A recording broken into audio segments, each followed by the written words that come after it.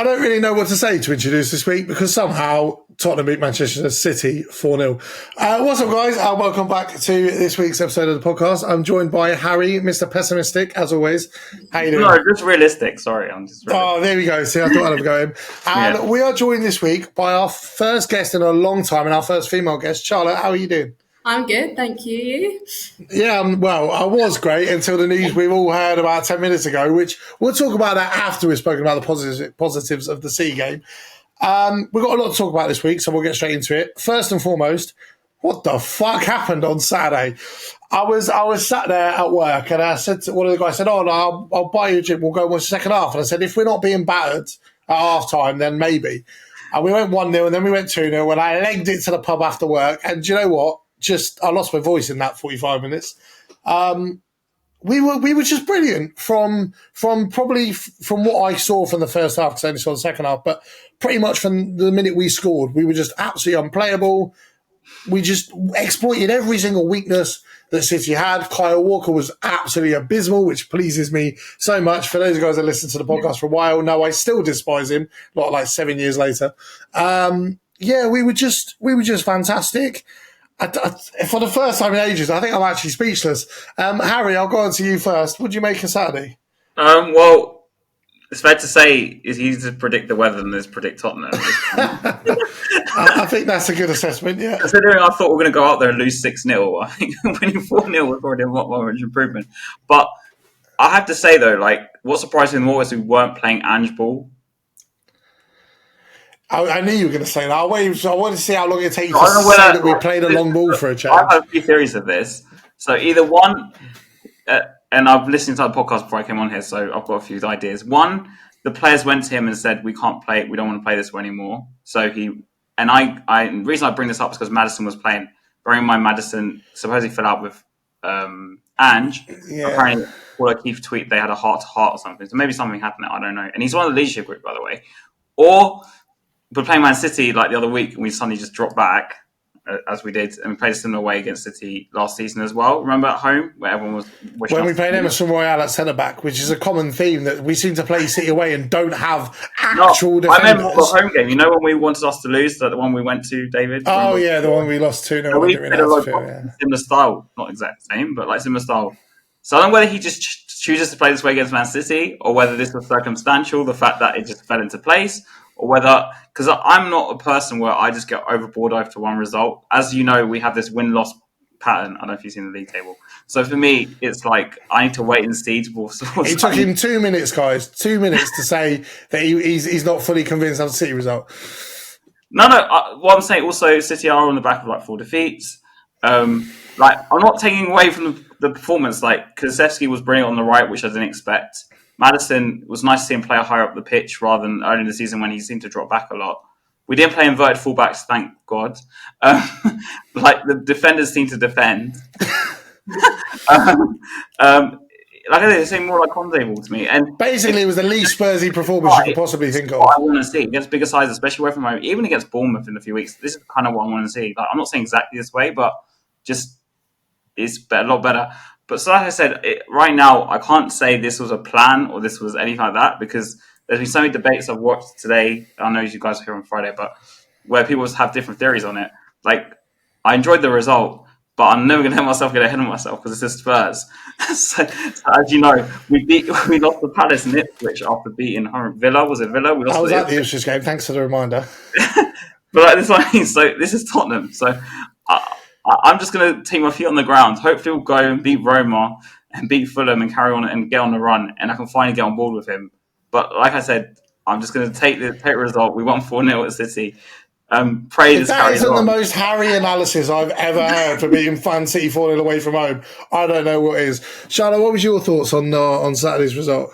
Well, I was sitting next to my very pessimistic brother the whole time. And the whole time, he was like, "Oh, they're giving the ball away. Oh, they're doing this." So the whole time I was like, we could lose it. Well, he was like, "We're going to lose 6-1. We got 1-0. We could still lose 6-1. Maybe 6-2, maybe 6-3." And it kept on going. And I was like, God, what's happening? And it wasn't until I watched Match of the Day with my dad afterwards, I was like, you know what? We actually played really well. But it's just like, we were literally in shock this whole time. Like, they just kept going in. I honestly, you baffled, still speechless. Everything on my For You page is just the goals, the just can't believe it. It's incredible, honestly. Charlotte, is your brother? How was your brother? Don't mind asking. He's I'll tell you 17, one so both him and his dad are So very. you're thinking. So one of my first experiences at Tottenham was I hate to bring this up. So we were 3-0 up against City in the FA Cup. This was like 1990 something, late 90s or 2000. I can't remember the exact date. I think you know about the picture, don't you, David? So we're 3-0 up at half time. Joe Barton got sent off, and we lost 4-3 somehow. That's just the whole time I was like, until about the 88th minute, I was like, babe. It's so funny you say that, actually, because one of the guys from work that I was with, he's not really a footballer. He's Romanian, so he knows who Dragusin is from the Euros, but that's about it. He hasn't got a clue with football. And it got to like the 86th, 87th minute. He went, I still fancy City to get back in this. I went, mate, there's more chance of Spurs winning this 4-0 than City pulling this back. And lo and behold, Timo Werner just... First of all, the fact he left Kyle Walker on his arse is a joy to behold. But the second of all, the quality of the ball. We'll talk about each individual goal, and then we'll go from there. First goal, then.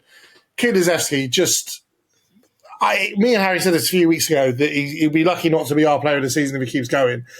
He'd be lucky not to be player of the season if he keeps going. He's just been absolutely unplayable. And what a ball. And Maddison, this is something we've said, Harry, for ages now. The problem with Maddison recently, he's just sat too deep. He hasn't gone forward. He hasn't gone into the creative areas where he can actually challenge and do something positive. He's just sat almost on the edge of the defence, picked the ball up. Can't play a long-range pass. He makes one or two short passes, and that's it. For both goals, he was making darting runs into the box. His defensive work rate was absolutely incredible as well. Have to mention that. The way he won the ball back, played the pass, and then made sure he got on the end of it for both the first two goals was just absolutely brilliant. And what a birthday for him. I'm kind of gutted we didn't get a penalty, so we didn't get a hat-trick. Goal... Did you watch either of you watch his post-match interview by any chance? I did, and he seemed speechless himself, to be honest. He seemed speechless himself. A lot of the stuff he said was quite interesting. Like once he said about Kulu saying, you told him before the game, I'm going to make him run to something to put me in. Yes, yeah. Another thing he said about Ange, which was quite weird, I thought he was quite hesitant when he asked him about Ange, saying something like, well, I try and do what the gaffer tells me to, or something like that. It was I thought he was quite hesitant with his answer anyway, but you have to watch it back. And then, obviously, they asked about him being out of the team. I think that's where it came from. They asked him being out of the team. He goes, I know it's hard and I want to play and blah, blah, blah. Because he's been out of the England side as well. So for him, it must have been quite... Especially because at Leicester, he was used to playing every week, even when he was injured and came back. On Maddison, it's interesting you make the comments about the international break, because from what I read, he did one-on-one training with Ange outside of the training sessions that the rest of the group that stayed back had. And I think that shows, we spoke a lot about his mentality and is he going to dip off after 5 games? And he did a little bit. It shows that maybe he's had a bit of a wake-up call to go, actually, you are not going to play if you don't put the work in. Doesn't matter how desperate we get. If someone's giving 100% and you're giving 30%, it doesn't matter whether you're better than them on paper or not. You're just not going to play. Which I kind of like that, to be honest, because the amount of people we've had play over the years that haven't really deserved to play, but have played for the sake of playing. Charlotte, what do you think of Maddison and how he played? I mean, I thought he was great. I think his past performances, he hasn't. I think he has deserved to play. He's getting taken off at half time. But no, I think he really did prove it to everyone. I think it's to the fans as well. I think it's like the whole Brennan Johnson thing. It's more proving everyone wrong that he does deserve to be on the team. But yeah, no, I thought he was fantastic. I think there's actually nothing to be negative about for once. For once. Harry will find something, don't worry. I'll say something and he'll find something. Obviously then we went to the goal. Literally, I got in the pub, sat down and drink in my hand, screamed. Those lot in the pub, they know me so well. They know what I'm going to drink already every time I go in. They must hate it when Spurs play well, because honestly, I'm just sitting there chanting in the whole pub. And even Spurs fans that were just sat there silently were getting up and going because I was getting up and going. The Pedro Porro goal, just first of all, can I just say, one of the biggest criticisms me and Harry have had over the last couple of weeks is the fact that the decision-making in the games that we've lost in the final third has been too slow.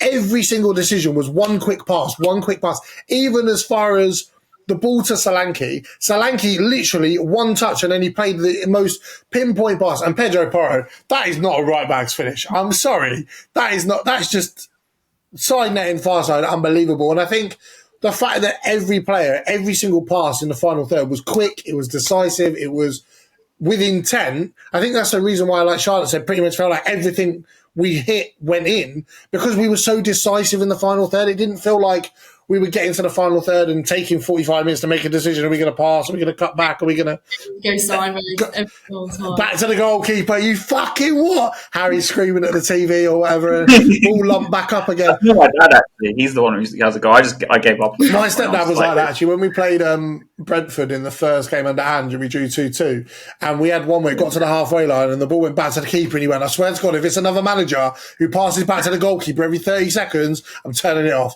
But thankfully, he kind of saw the progression. And then the fourth goal, I've got to give some credit to Timo Werner, much to Harry's disgust, because he got all the decisions right. And there was a chance he had a little bit before that, actually, where he ran through and didn't quite control the ball well enough. But that chance, fantastic ball. And Brennan Johnson, like we've said week in, week out now, every time we're on the left, he's tucks further into the middle. Every time we're on the right, the left winger's tucked further into the middle. Son's benefiting when the ball's tucked over, and Brennan Johnson's benefiting when the ball's tucked over on the other side.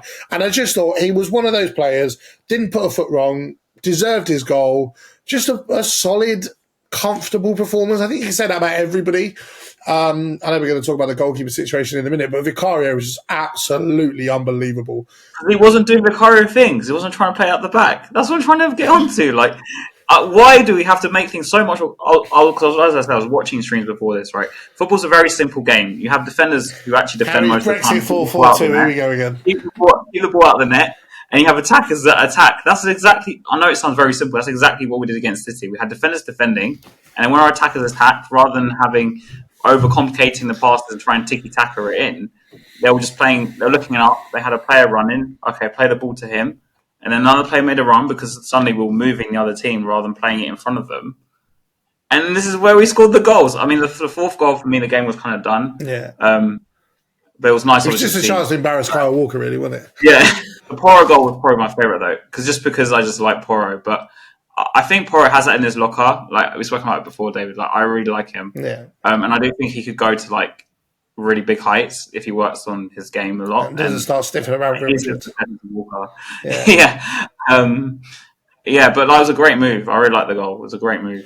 Of the three, Charlotte, what was your favourite goal of the four? Sorry, of the four. I forget there was an extra one. I think the second one, Madison's second one, I thought just the chip. Like, Richarlison would have missed that in the nice way. Like, we You and Harry are going to get along brilliantly making comments like that.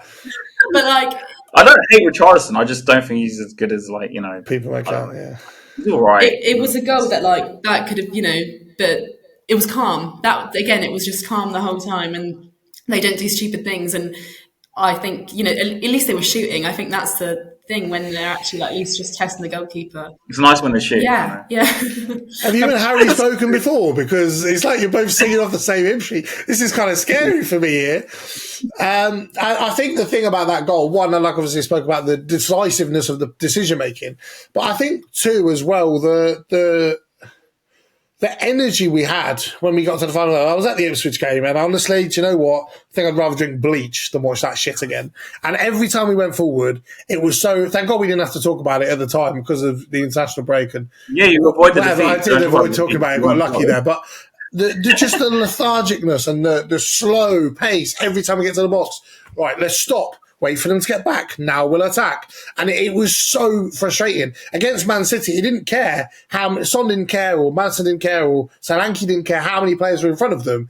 They were just picking up the pace again and again and again and again. And the City defenders couldn't focus enough. They were all trying to make opposite decisions. No one was communicating. And I think the ball from Son was just unbelievable. Madison's finish was fantastic. And I think once I saw the goal, in my head, I think I kind of knew we were going to win, just because unless we did a Brighton like we did in the second half, that would have been horrible. But I think the third went in. That's probably why it's my favourite one. I was like, you kind of knew that it was done. Yeah. whole time I was still sitting there thinking, "Oh, Brighton again." I'm not going to lie, I'm a Spurs fan. What's interesting is we can't keep a clean sheet at home to save our life, but Manchester, we love playing in Manchester this season. And at the same time, like, do you think part of the fact was, let's be honest, the first 15 minutes we were under the ropes and we did kind of weather it, and then we got the goal, which obviously helped massively. And by default, that pushed City to play further, like up the pitch, and us to push further back. I'm not saying it wasn't any changes tactically or anything. I don't know. This is why I'm just theories at this point. Because don't forget, we did play home City this way last season when we wanted us to lose. So we almost won that game as well, actually. Yeah, that's what I mean. So it worked quite well. So, like, we don't really know. Like, obviously, it could have ended different, but obviously we won the game. We do have a good record against Manchester. I mean, Brendan won in 2010. Obviously, Ericsson scored on his birthday back in 2016. I remember. Like, we have got a good record there, actually, even before they got the money. So, like, it's a great victory. I just want to keep my feet on the ground. I was actually going to say, because when we said this, when we played Dragusin and Romero together, that they can't play together and that we'd rather play Davies and Romero or Davies and Dragusin, because Davies, again, another performance away in Manchester where he was just absolutely unbelievable.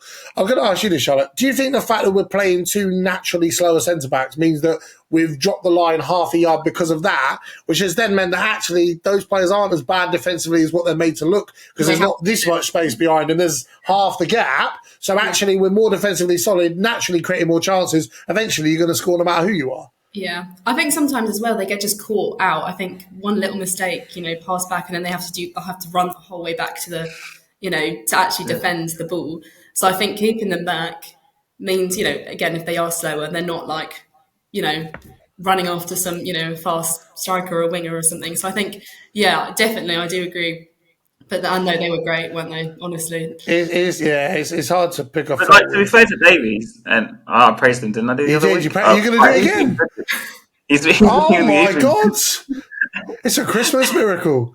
Yeah, he's honestly been actually sensational been as a backup left side centre back. It was nice to see Dragusin get another game in a row. Also because on the right, not on the left, because I don't like him on the left. No. I don't think he's comfortable there. And like I said, even if Romero came back, I'd rather seen Davis and Dragusin, because I'm kind of done with Romero for a number of reasons. That's a whole different. Listen, he's not playing the minutes. Let's not have that debate, shall we? Yeah, but so like for me, I think Dragusin's a better defender as a defender, and obviously we're playing lower, so that obviously we saw more of his qualities.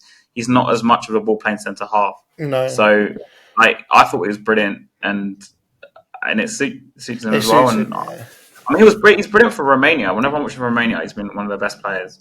I mean, he was brilliant in the Euros, and they sort of play a bit definitely further back line than we do. Yeah.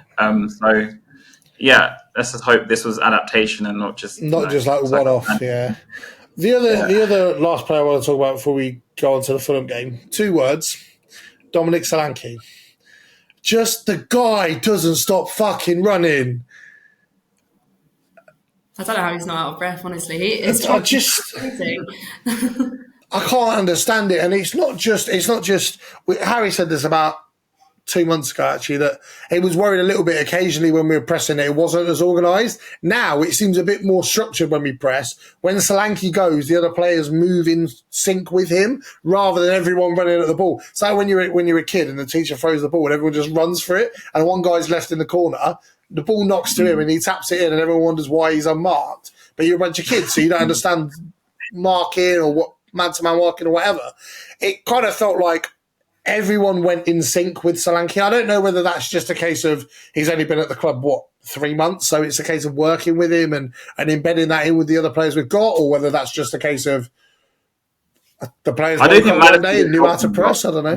I think Maddison did help massively, though, because the one thing I had to give to Maddison is his offensive work rate is really good. Like, he'll press like mad.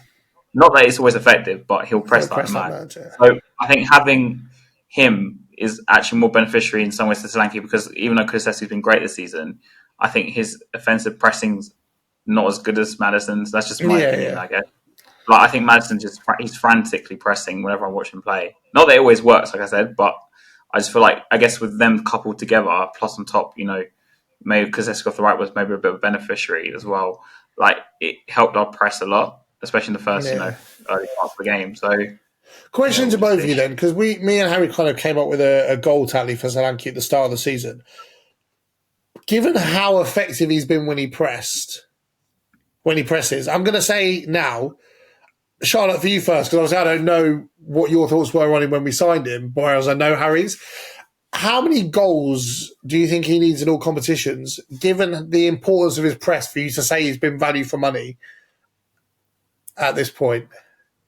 I This don't is know, gonna be 'cause interesting. I think Spurs fans really value him. I think it's like everyone else. I think they don't actually watch him do the other stuff apart from score goals. I don't know. Harry will judge you for your answer, just so you know. I'm not going to say anything because I can't remember what we said at the start of the season, to be Oh fair. no, and you go. So I believe I said, if we made it to the Europa League latter stage, I believe I said 18 goals in all competitions, I think I said. What was yours, Harry, roughly? No, I expect around 10 to 15 overall. Not what I want. Like, I want around. Listen, like, he could score to 40 top goals in the league and you'd Oh, still not be no, happy. no, no, So. no, no, no. I'm not expecting Kane levels. Yeah, that, like, for me, 20 plus is like good because I compare him obviously to previous strikers at Spurs. Even like Defoe got 20 plus goals in the season. I remember on the Red Nap, and he wasn't exactly like the top striker. I love Defoe, by the way. He's one of my favorite players. But like, I judge it compared to that. So, and especially if your label's a very good striker, I think 20 goals in all competitions I'll be happy with. But I expect to get 10 to 15. Would you lower your expectation now, Harry, having seen how effective his press is and other players are scoring around him because of how effective he is? Would you change that number, or would you still say, I'm aiming for 10 to 15 in all competitions for a good first season? No, I'm saying that's what I expected him to get. I would aim for him to get like 20 plus. Okay, would you lower your aim then slightly, given... No, because if you want to win something, you need a prolific striker. You never find in my opinion, you never find a football team who wins things without prolific striker. I mean, this is my opinion. If you look around world football, Gyökeres killing at Lisbon, Haaland obviously at City. I mean, throughout history, I'm not going to start naming strikers. Okay, fair enough. Based on that then, Charlotte, don't feel pressured. Give what you actually think. Yeah, don't feel pressured to go because of what we've said. I do agree. I think 10 to, maybe not 10, maybe 15 to 18 would be like, because they do, I feel like everyone is scoring. I don't think like, you see other teams and you've got like high goal score. I know we've got, a few, but like they're sharing it around. But I do think like 20, 23 would probably please me more. Wow. I didn't know I'd invited another Harry onto the podcast. This is great. And just for some context, guys, so this was like literally like a last minute thing. And we're going to go on to another topic later on, but I interacted with a TikTok I saw of Charlotte. She came across really, really well and really well spoken. And I messaged Harry going, I've got a guest for this week. He went, who is it? And I went, literally some random person I got into an interaction with on TikTok. That was it. Just came across really well. He was like, yep, no problem. And that's literally how it came about. There was no plans to have a guest on this week or anything. Don't worry, I've never met Charlotte before. I've never researched a TikTok. I don't even have TikTok. Harry hasn't got a clue, and yet their opinions are far too aligned. It scares me a little bit. On that topic then, because obviously we don't talk about the midweek European games because obviously the podcast comes out after we played that game, so there's no point. Going on to Fulham then. Now, last time when we played Fulham at home, I was at that game and we won 2-0, and I came out of that game going it should have been 5, but we weren't decisive enough in the final third. Given the fact we've just watched 70 minutes of us being decisive enough in the final third, I feel like, and following the fact that Wolves absolutely annihilated Fulham last weekend, I'm thinking 3-0. But we're at home, and I don't remember the last time we kept a clean sheet at home. So, Charlotte, I'll go for you first. Score prediction for the Fulham game. What sort of game are you expecting? I think we'll concede first. Brilliant. And to be fair, the statistics back that up. So, yeah. Because I think that's just what, for some reason, they need to go a goal down. 3-1. Okay. Are you expecting it to be one of those games where once they've scored, it's a wake-up call, we get our arse in gear and pretty much battle them for the rest of the game, or do you think it'll be a tight one that we just get a little bit lucky? Or I think, because I don't think the games that we've won have actually been lucky wins. I think most of them have actually been, they've played really well. And I think the games that we've lost, we've just played absolutely awful. Like there's really good football being played, so that's I what's. feel like a fair take, actually. So I'm hoping we play really good. Well, get a kick up the arse, and then we play really good football for the second half. Okay, I'll take that. Before I ask you, Harry, it's funny you guys say that actually, because I saw a post on Twitter literally like right before I joined the lobby, and someone said that it seems like when we win big, and it's more than convincing, and when we lose, we're losing by narrow score lines, where one or two individuals are just about keeping the scoreline respectable, but the scorelines are tight enough that when you turn those performances into consistent performances, because you're scraping tight results despite being poor, once you get better consistent performances, it's going to start going the wins into more consistent wins, the losses into draws, and the draws into wins or more convincing wins based on the type of performance and the result we're getting. I don't know if that changes your mind, Harry, but what do you think for the weekend? At this point, I don't even know what to predict anymore, to be honest. Like, I want to predict us to win, but when I predict us to win, we lose. When I predict us to lose, we win. I'm going to go for a draw because at this point, I'm just like... That doesn't help anything. Brilliant. 1-1. 1-1, charming. I don't even know at this point, because it's just like... Cause it's like, you know when you open a box of, like, you know in Harry Potter they have those, what are they called? Chocolate frogs. And you just don't know which one you're going to kick out.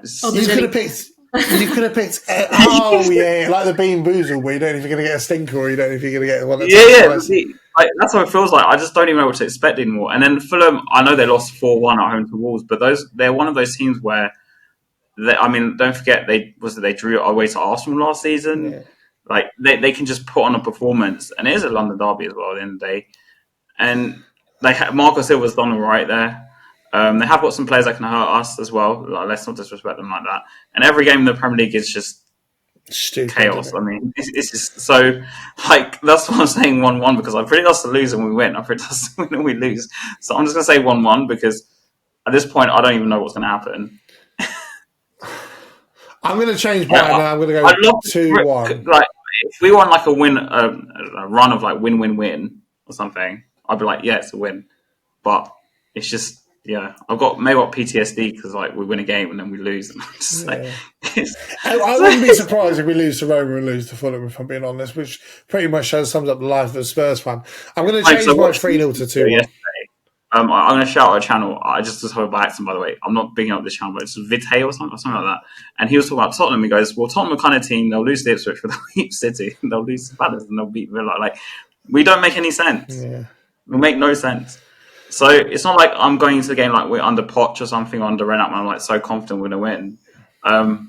So it's just, I want to predict the draw because I predict us to lose and we win. I predict us to win and we lose. So I'm just going to say draw. So we've got 3-1 and edited 2-1, although if we win 3-0, I'm still claiming that. And 1-1. Brilliant. Okay, sound. The next topic of conversation then, and before I go on to the topic specifically, so did you guys see the video that Bournemouth posted earlier in the week about women's safety in relation to going to and coming from football games? Yeah. Did you see the video, Harry? I should have sent you beforehand. So basically, the general gist of the video was a young girl getting to like the last sort of 15, 20 minutes of the football game and messaging her dad saying she doesn't know if she should leave now, so she's by herself, or whether she should wait and go with the crowds. She was being harassed and catcalled and all sorts on the way home. Text her dad, eventually getting home safely. And I thought it was really powerful, and it really highlighted a lot of issues in terms of, football is a sport for everybody, as we claim it to be, but unfortunately there are still certain circumstances in which it doesn't feel like a sport for everybody. And watch the video after the thingy, Harry. Unless you want to mute your mic and watch it now, which I think that's what he's doing.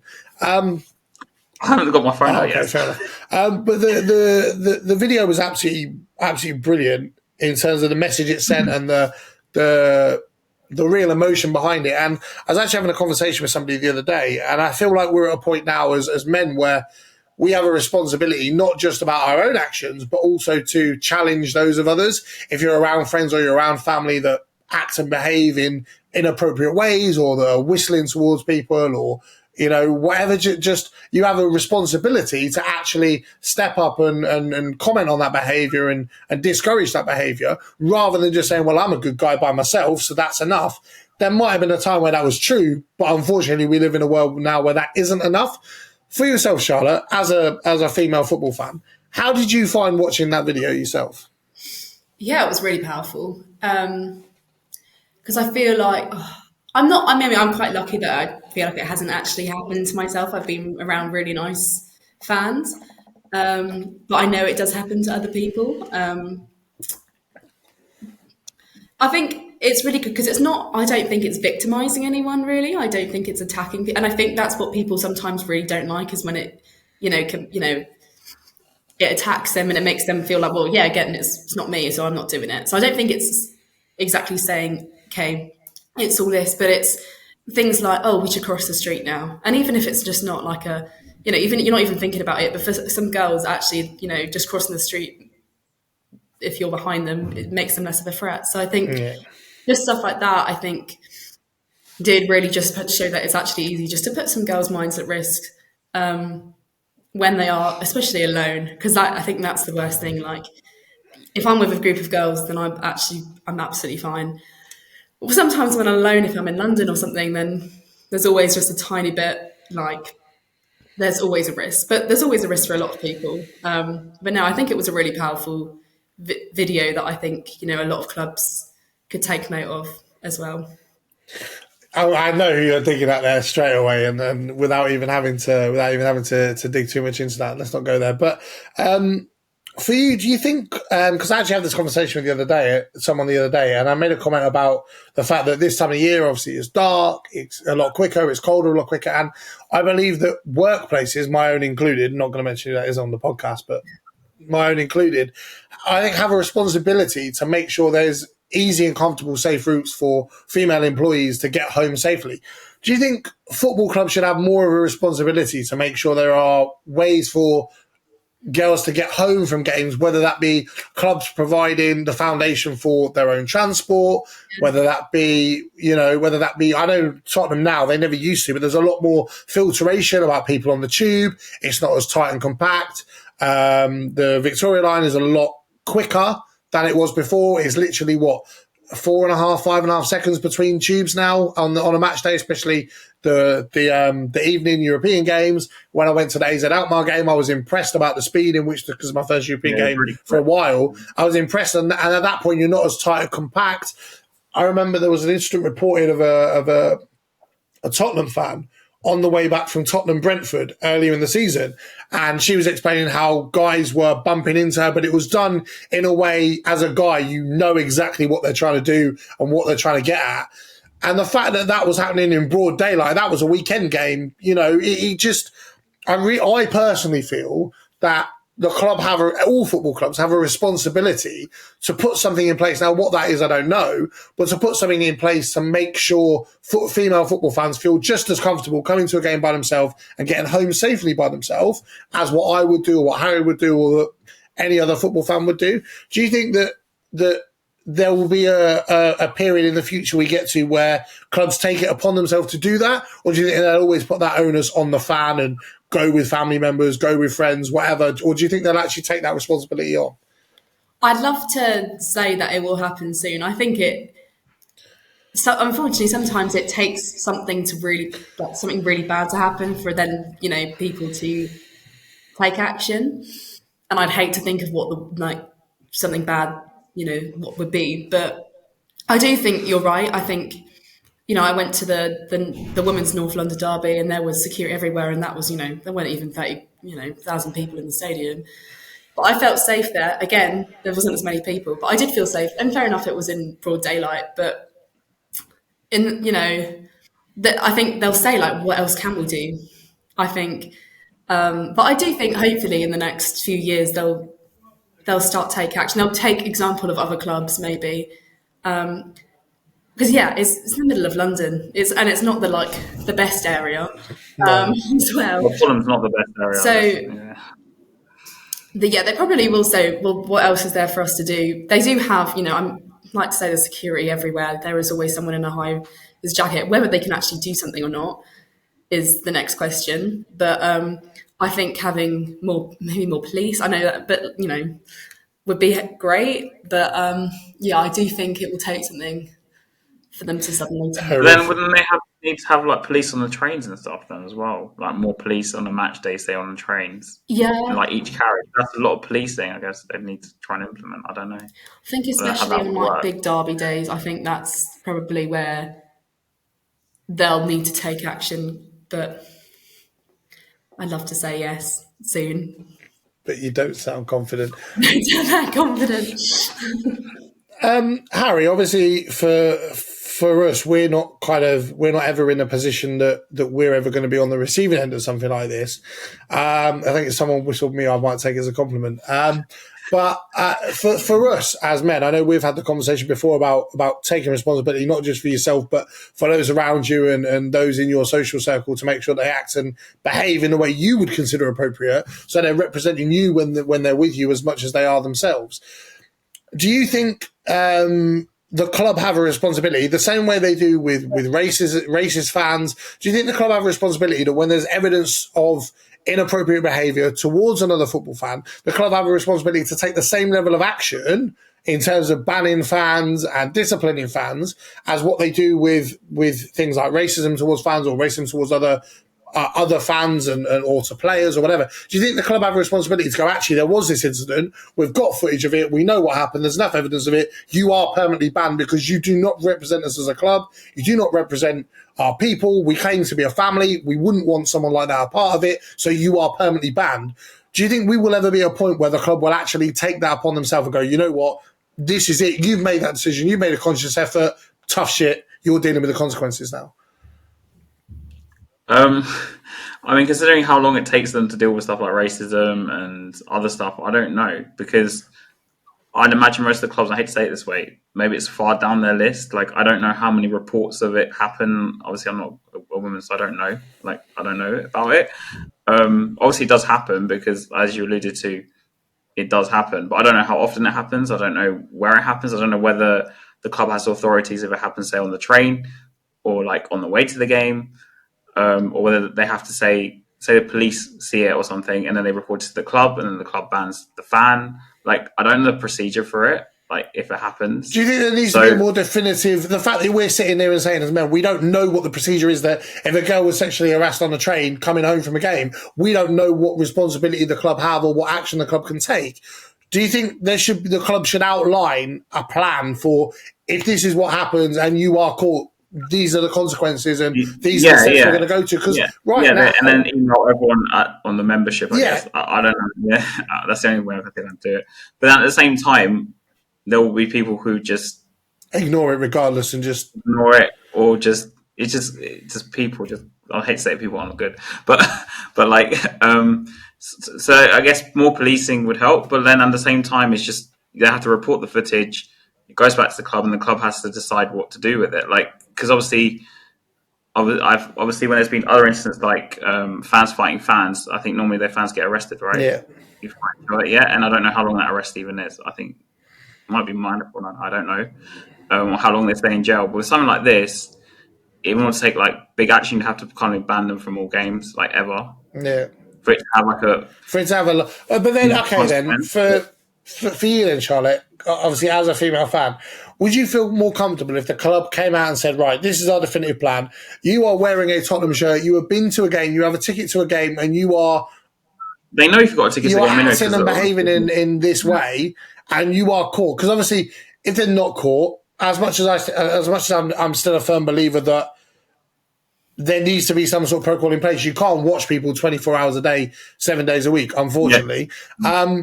If you are caught doing it, these are the steps the club are going to follow. And if the club can prove it, because obviously the club don't want to be sued, unfortunately, cause Levy to spend money. If you are caught, these are the steps we're going to take. These are your consequences. If Spurs came out, not just Spurs, but if any football club came out with that level of plan and that level of authority for a situation, would it make yourself as a female fan feel comfortable enough to go, you know what, if somebody does try and be inappropriate on the tube, or someone does whistle towards me, or someone does throw gestures and I made it clear that I'm uncomfortable and they continue to do it and it's reported, I know what the action is going to be taken. Would that make you feel more comfortable going to a game that even if it doesn't happen to you, you know that if it happens to someone's going to be appropriately punished, rather than just sitting here going, we don't actually know how the club would act and behave if that situation arose or something serious happened? Would that make you feel comfortable having that plan in place? I think so. I think there's always going to be sexism. There's always going to be racism. I think that's the thing. I think like you're never going to stop it fully. But I think, not even for me, because again, I'm lucky to not really experience it as much. But I think just knowing that like there is something there, like, and again, it's not going to ever stop. But for people to not be like, well, that's never happened before, or I've never, but for them to actually be in writing and say, there is no room for sexism at Spurs or top, And I think especially as they're trying to grow the women's game as well, to say, I think it's a whole one club mentality. I think for them to not address the fact that there's, cool, if there's a racism incident between one male fan to another, one club, all about one club, you don't represent us, get the fuck out, pretty much. But all of a sudden, sexism, they're like, actually, that's last of our priority list. Yeah. I personally think it's rather distasteful from the club. I haven't got children now, but one day if I had a daughter and I took her to a Spurs game, I'd want her to feel just as comfortable going to the game as myself. I know people that have got children, that have got young daughters who take them to Spurs games and initially were worried about what age can I take them because I don't want them to be thrown in the deep end too much. And the whole mindset of, but someone's had a drink, just let it off. And I actually had an argument with somebody years ago, and I haven't spoken to Spurs for years. And one of their friends made an inappropriate gesture towards somebody while drunk, and they tried to justify it by them being drunk. And my argument was, you are a female. If that happened to you, how would you feel? Why are you trying to justify it because it's your friend? And this comes back to the whole holding people accountable in your inner circle. If everybody does that, then all of a sudden, obviously, Charlotte, I don't know your brother, so this is completely a scenario, situational scenario. But if you were out with him and you saw him acting appropriately towards a female, and you jumped in and stopped him, then that's going to prevent him from going and doing that again. And the more people that do that and hold each other accountable and hold, their friends and their family and people in their outer circles accountable, the more people do that, eventually you're going to minimize it as much as possible. I do think it's distasteful because the fact that we're sat here now and we're talking about the club want people to come to the women's game and they want young females in football and they want young females to join the academy, and the England women's team won the World Cup not that long ago, and we're sitting there promoting equality in football and this and the other, but we can't sit there and tell you what any Premier League football what any Premier League football club's plan is. If there's an incident of sexism in and around the club, we can't tell you what their plan to do with that is. Well, I think this incidents will include stuff like harassment, which again is to do with, like, for example, if someone came up to you and they said no, but they still carried on, like, what would the consequence be? And obviously assault would be like a different level. Like, if that makes sense, there's probably different levels to it.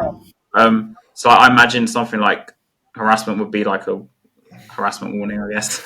But then my argument to that is if, and then like assault's obviously different levels. We're talking like, I can go up to like. But do you not think that they should all be treated the same though? Like, for example, let's say you have a football fan who makes a monkey gesture towards a player, and then that a football fan says the N-word. Should they not both be treated the exact same, regardless of someone might say, well, one is this level of racism, one is this. If you treat it all the same, then it puts a blanket. Then I don't know what that kind of thing, like harassment, assault, be a result of sexism and stuff. I don't know. It is hard to comment on us men, really, isn't it? Because I don't think that way, and Dave doesn't think that, so I don't know. It's hard to think from a point of view of someone that would go out and. Why would you go out? And start listening with other crap. So I don't know. So that's what I'm saying. There probably would be different levels. The reason I'm raising stuff like harassment is obviously there's harassment warnings, and then like sexual or assault, whatever, it's totally different levels, right? Yeah. When it comes to policing, things like that, in general police, they do treat it differently. I don't know the levels and I don't know the consequences, but you'd have to kind of treat it a similar way, I guess. So you think the club would treat it the same way the police would treat it? I'd imagine, but like, See, I just don't think know. personally though that if the club are going to say you're caught doing a racist incident, you're out of the club. If the club are going to sit there and say we are one club, we are under one badge, we represent the same team, we represent the same fans, then I think you have to treat that same level of disrespect, if you want to word it like that. You have to treat it the same no matter what form it comes in my opinion. I consider when you say stuff like catcalling and whistling, sorry, that's more like I consider like disrespectful stuff. Harassment's like definitely the next level I'd consider, and then obviously assault is like we're talking. But then from my point of view, and I don't know what you think is, Charlotte. From my point of view, if you let the first one go as like this is a warning, it's not a small gap from one to the next to the next to the next. Before all of a sudden, if you just squashed it out of the bottom one, I know what you're saying, but I'm only treating it as if like you're trying to look at it from the police point of view, whereas I'm trying to look at it from a fan's point of view. I'd imagine the club would treat it in a similar way. That's why I'm saying it. I'm not saying I would. Like, it's a bit different because, again, they'd have to get witnesses, I guess, if you're going to take like a very serious take on it, and then be like, "Oh, what did you see?" Yeah. And what do you want to try to say, right? It's almost like are the club actually prepared to go to that level to deal with it?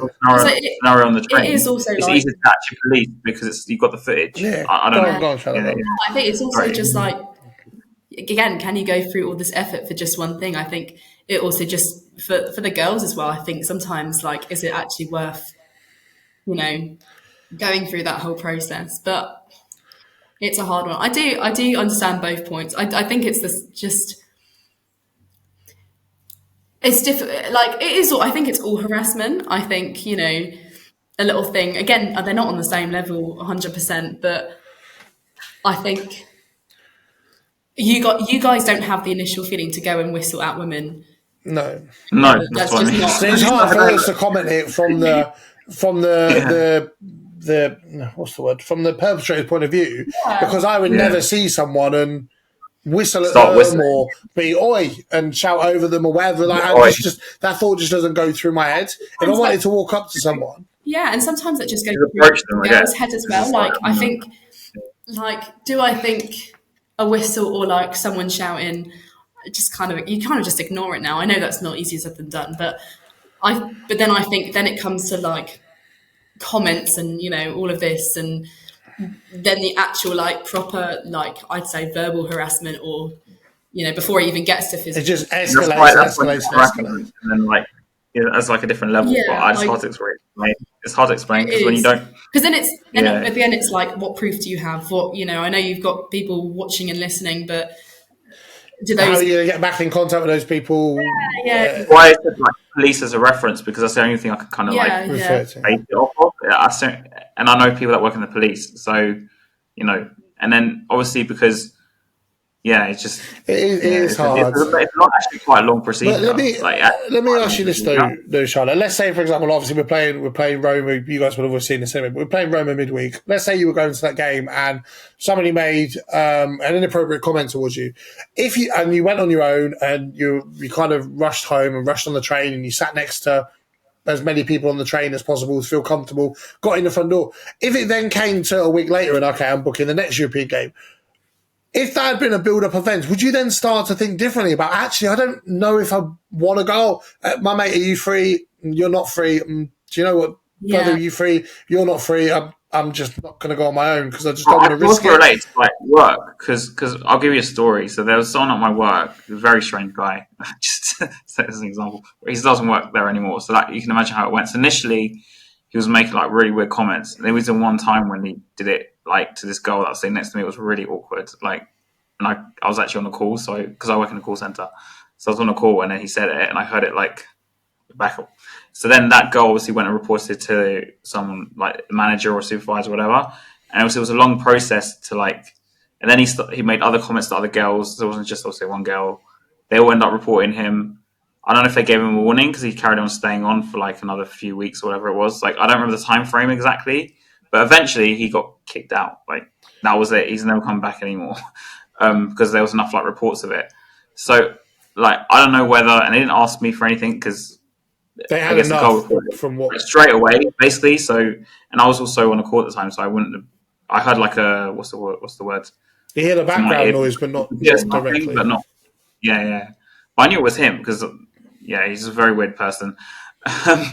But like, yeah, so that was like a procedure thing. So you'd have to kind of do the same sort of thing, really. But does that not show, the though, that if you don't... I agree, David, like, it's easier to reprimand someone on the first instance. Because does that not right? show, though, your example, does that not show that if you don't have zero tolerance to it, it will just go on and go on and go on and go on? And then that comes back to what I just said to Charlotte there. Eventually, you're going to get to the point, as a female, if it is gone on and gone on and gone on, where you're going to be like, actually, you know what? I don't want to go to that game. And all right, yeah, cool, the club might say, oh, yeah, well, the ticket will be filled by somebody else, but you're stopping a genuine fan going for something you can do something about it, and you're actively choosing not to. That makes us as bad, in my opinion, as the other club down the road who employs someone. But when they make sense, then it's safe. It was like an inappropriate comment. I don't know, because like I said, I don't know about this because I've only heard it rather than say it. So, like, as in, if they told you, say the incident happened, and then it happened, say, because we play every couple of weeks, say on average, they called you or something. The club called you, I don't know, a week before the next game or something, and said, "We've heard about the incident. We've reprimanded the person." Would that be like a better way to deal with it? I don't know. Like put my mind at ease. I don't know. I don't even know. I think going back to the problem is that you never, like you said, Charlotte, you're never going to like kill it completely, which is impossible. Even like with racism, like you say, you're never going to kill. There's always going to be someone in the crowd to say something stupid. Like it's just, What were you going to say before, Charlotte? And then another thing I thought of was like having an escort take you from there back. But then I thought, how many people are going to have to escort? But you shouldn't have to have an escort to feel comfortable to go to a football game. I know. When you get to that point, the fact that we're even suggesting that as an option shows that there is a problem, whether the club want to actually address it or not. I gave you like different procedures that happen during workplace and during police, and you batted it away. I was just giving suggestions. Yeah, I know what you mean. I think it so now I'm thinking the next level is like, you want someone to escort you to the game, because that's what happens obviously with the Arsenal fans, for example, when they turn up. They escort the whole lot of them. Then it's like, what are you going to do? Wait for all the female fans to get off the trains and escort them in the group? Like, it's a bit... Then all of a sudden you're almost discriminating because of their sex. That's what I'm going to say. So indirectly. Or have one every time you get off a train, there's like a Spurs representative waiting for you. Yeah. I don't know. Like, do you know what I'm saying? It's just, that primary school. The only thing you can do is try and lessen, either have consequences in the first place, which is what we discussed the past 20 minutes, of some sort of level, whether it's to do with call-in or comments or harassment, which is obviously a different level, or assault, which is like the guy should never go to a football match ever again. And then obviously they might deal with it based on certain levels, but there's never going to be, unfortunately, and it's the same with everything, sexism, racism, whatever you want to call it, there's never going to be like a day where there's going to be nothing of that in the world, like anywhere, because there's always going to be someone who's going to do it. Like, as much as it would be wishful thinking and think that way, like, I'd love it to be that way, but it just doesn't. Yeah. So the best you can do is try and lessen the incidents, and to make people more like vigilant with the incidents, and report the incidents, like, and feel maybe more comfortable to report the incident. Yeah. I say if they went to the game and they told you something like, you can tell steward this happened to you before the game, and we'll go check the footage and blah blah. I don't know how potentially work. Actually, how would you feel, Charlie? Let's say there was a representative. We just kind of speculate here because obviously we're never going to be in that position. But for you, okay, then let's say that there was an area you could go to once you're in the stadium with a representative that was there to take down any information about anything that happens on your travels to Spurs, and there's an anonymous portal, or there's a portal, or there's a specific department within Spurs when you get home that you can report things to. So then at least you've made clubs aware of a description of the fan, what block they came from, or what they were wearing at the time. Then if the club then choose to do nothing and something happens, then God forbid that ever happens, because I swear down that'll be the day that I leave my club and walk away. Mm-hmm. If they actively choose to ignore it, and then... I don't watch any murder documentaries. I watch a lot of them. A lot of the times it actually starts from small things, and then the girl gets like harassed for like from an ex-boyfriend or something, like a month or something, and then no one listens, and you can tell when you listen to the documentary the guy's unhinged in some way, like why is he still talking to this girl? Like, it's over. Yeah. But and then, you know, further down the line, yeah, we know what happens in the end. But like with football, the club has a responsibility for its own fans anyway. 100%. Like so, but then I think they have to work in conjunction with the police on a very like certain level at the same time, because. And unfortunately, this is where I lose the faith, because we know what London police are like just within their own cult, let alone what they're actually those that do protect the public still have certain limitations. And I read about an incident of a woman about 2 years ago who was assaulted on the train at 8 o'clock in the morning, rush hour, and people stood there and watched. And honestly, I felt sick. I heard about that. And the fact that we're talking about the club need to work in conjunction with the police, when actually the police are, I'm not gonna say the blanket police meaning everybody, but there are a proportion of the police, unfortunately, that are just as responsible as some of these fans are. So then it puts you in a position of who can you really trust, and then it comes back to what Charlotte said of actually, if I feel like it's going to go nowhere, that woman, say, and then there's another debate for another day. Yeah. You know, heard about what happened with the police with that? What's her name? In lockdown, when that guy, I forgot the guy's name. It's horrible. So it's. Like I said, it should be in conjunction with the police and the club, because, like I said, for example, I used to be a primary school teacher. So we used to log incidents all the time with like kids, for example, and we'd put on like a system, and then it would go to someone higher up in the school, and they would say, we would report this, we saw this and this, like they say it had a bruise or something. And then you speak to the parents first, and they'd be like, they're trying to explain it. And then if they didn't give whatever happened, then you log it again.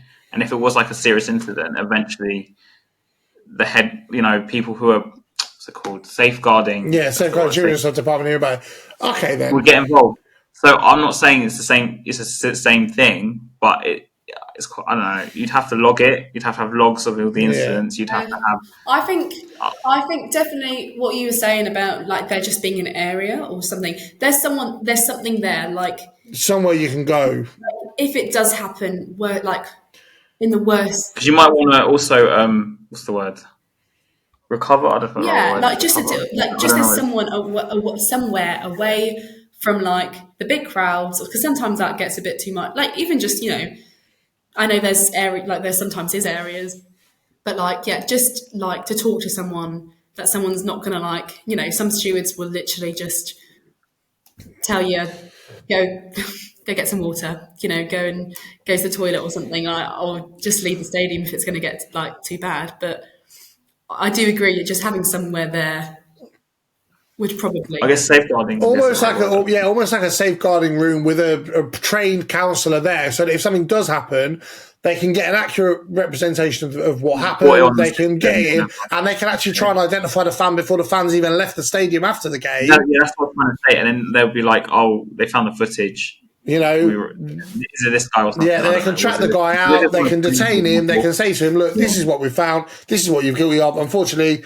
it will be reported to the police and you will not be welcome in the stadium again. It happens to the next person, because it could just happen to the next, girl, guy. That's really the escalation. Yeah, down the street, just on the way home. So I think there's no point in it not happening. No. The minute one person turns a blind eye to it, or the minute someone feels uncomfortable to report it... I hate to say it this way, but the people who do this normally have repeated... Yeah, they're repeat actions. It's not a one-off. You don't go and catcall someone once or, whatever. If you see someone walking down the street and you tap them on the shoulder, you pay them a compliment and you walk away, that might make someone smile. That might make their day. But if you're whistling at them or you're slapping them as they're walking past or whatever, then I just think the club have kind of completely... avoided this, and I think as the women's game grows and grows and grows and grows, which we'll move on to in a second, as the women's games grows and grows, there's going to be more young female fans, there's going to be more female fans, they are going to go to the men's game as well. All of a sudden, we have an issue that's gone from this to this, and the club haven't addressed it before it gets to this, and then it gets to the point where you're sitting there going, actually, now you're having to hand out lifetime bans week in, week out for fans. Unfortunately, obviously, hopefully I'm wrong, and hopefully you're wrong as well, that nothing will really happen unless something really, really bad happens, because unfortunately with a lot of things in life, until something bad happens, people don't seem to wake up with this sort of thing. Like with racism, I imagine before we were even going to football, something must have bad happened in the stadium that we don't know of, or maybe we do know, I don't know. And that's when they finally went, oh, racism is an issue in football. Now we'll actively do something about it. I used to wear the rainbow laces. I actually did something Yeah. at university about that, and about racism in football. Actually, that was, I think, a project I did. And the rainbow laces, whether I thought they affected it less than the incidents, and I looked at a lot of, like, you know, over the years whether it went down and up, and etc. etc. But obviously that must have come from something that bad that happened. I can't remember exactly what it was. So, and this is the problem: is like if we let it goes on, something bad is going to happen, and it's like, well, in my head as well, I think it's also a bit down to the fans. Like, I'd like to think if I was in the stadium or any other, you know, anyone, because it sometimes can happen to other people. But if I was in the stadium and someone said it to me, I'd like to think that there would be, you know, other people, other men, other women who would help. Yeah. Because I know, like, that there is majority good people, you know, there, like, compared to the worst. So I think it's also down to other fans as well. I know that's really. Do you think the club would kind of deflect some responsibility by saying, look out for each other so we don't have to look out for you, kind of thing?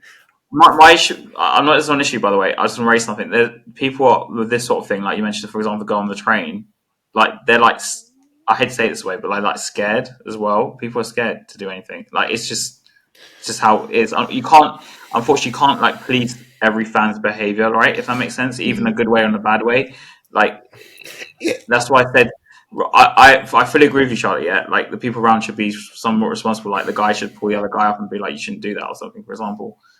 But it's very hard to police other people's behavior. So the best thing to do is either set out expectations, like you said, like a letter to every fan or something. I don't know, something like that, or an email in your every email. Well, okay, but let's use an example, though, right? And let's use an example. So let's use. Say, this is how we expect you to treat each other. Blah blah. If this happens, this is what's going to happen. This is how it's going to happen. Like, a very clear statement.